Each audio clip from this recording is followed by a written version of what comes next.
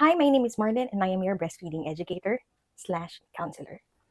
Right, for this video, I'm going to share as a counselor something that every woman or every expected mom to understand, to expect, and how are you going to cope up with overwhelming issues, concerns about breastfeeding.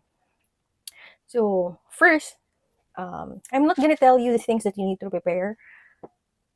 This video is not for that, but if you want to know which is which, I can create another video for that.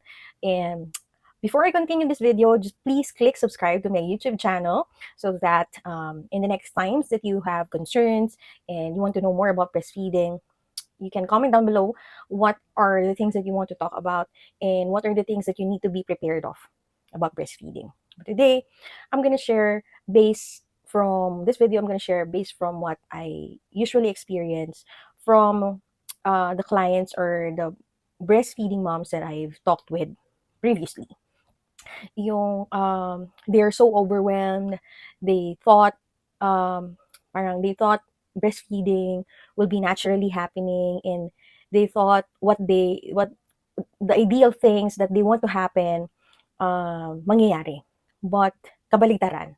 Like there are a lot of things that they didn't expect to happen, and then there's frustrations, and then there's anxieties, there's doubts, no, dun sa sarili nila bilang isang nanay at isang babae.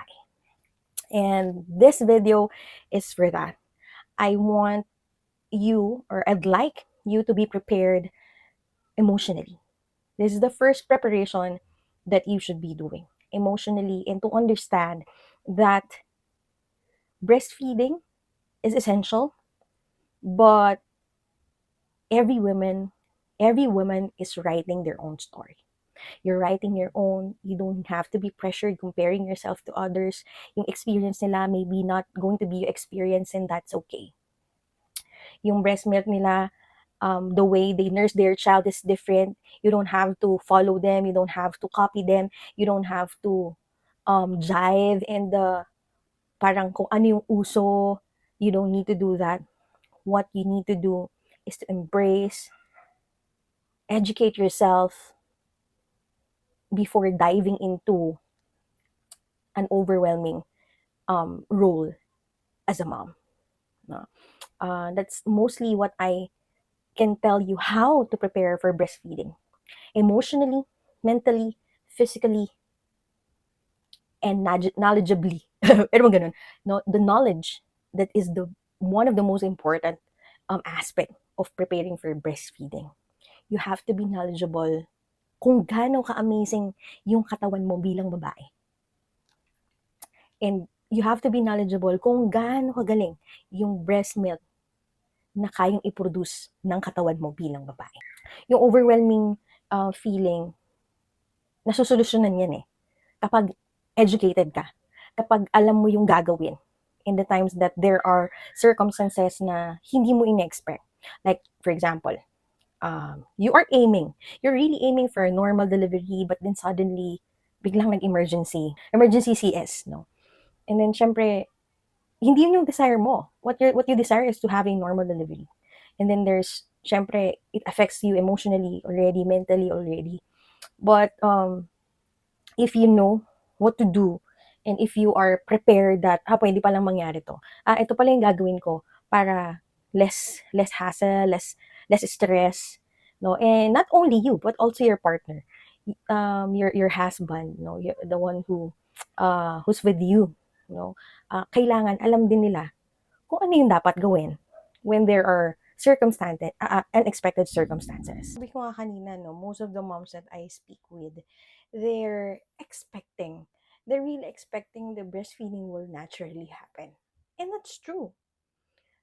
That's true that breastfeeding is naturally happening. However, if there are interventions that happen sa hospital pa lang, there are cascades of interventions that affects the first breastfeeding initiation. No, if you don't know what to do because you didn't expect that something like this will happen, let's say a delayed milk volume. Yung mga ganon. Wala, delayed yung milk volume mo. You didn't expect na, wala kang milk. No? Walang lumalabas na milk. No? Because we cannot expect na madami agad na milk. Walang ganon. Walang ganon na sobrang dami agad ng milk. Hindi ganon yung body natin. Our body is not something like that. Alright? So, if those things happen, ano yung next step mo? Pag may delayed milk volume ka, what's your next step? And you should be knowledgeable about that. Kasi from that point, pwede siyang mag-progress sa more complicated concerns in breastfeeding. Diba? Gustong-gusto mong mag-breastfeed. If you really like to do breastfeeding, educate yourself. That's the best gift that you can give to yourself and to your baby. Educate yourself before giving birth.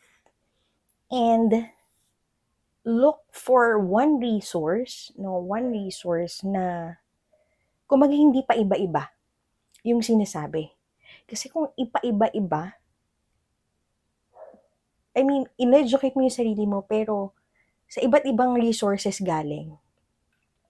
And you don't know what to follow anymore. Then instead of you parang maging at peace ka and you know what to do, hindi mo na alam kung ano susundin mo. Alright? Lastly, I'd like to tell you that breastfeeding, you have to have a lot of patience. A lot of patience. Sobrang kailangan mo ng mahabang pasensya. Kasi yung breastfeeding itself, hindi siya paspasan na ginagawa. Alright? Ito yung mostly na-observe ko sa mga mommies na parang naiinip, ang tagal. Natural for the baby to breastfeed. It may really take up to 1 hour. Sometimes it's lesser. So, as a piece of advice, bago ka manganak, i-condition mo yung sarili mo na kailangan mo ng mahabang pasensya. Kasi for every 2 to 3 hours, you have to breastfeed for an hour or lesser. And that's normal. That's normal. You have to prepare emotionally, physically, mentally, with your patience all over your body if you want to breastfeed. That's one thing I can guarantee you that you need. More than anything else. No? Yan ang kailangan mong una. More than anything else. You don't need the nursing pillow. You don't need the nursing pads agad-agad. You don't need any products nandiyan sa market. That's not how you prepare for breastfeeding. You prepare for breastfeeding with education and determination and expectation. Passion. Ayan. You prepare for breastfeeding, prepared emotionally, physically, mentally, knowledgeably. Alright? Because if that's your way, it will be more easier. Alright? So if you want, now I'm going to promote my breastfeeding class. It doesn't have to be necessarily for you to join to my breastfeeding class, but I can guarantee you, I can guarantee your success in breastfeeding if you will join in my class. Syempre, class ko yun eh. Diba? Tangkilikin ng sariling atin. No? And I have a lot of good feedbacks already. This is not just a chismis. I have a lot of good feedbacks already about my breastfeeding class, and you can find that on my Facebook page, Forever Mom Breastfeeding Education. So if you want to join my breastfeeding class, just message me there and I'll give you the details. Alright? Again, how to prepare for breastfeeding? Mentally, emotionally, physically, and knowledgeably. Alright? This is Marden, your breastfeeding counselor, educator. Click subscribe and like and share this video. See you again in my next vlog. Bye.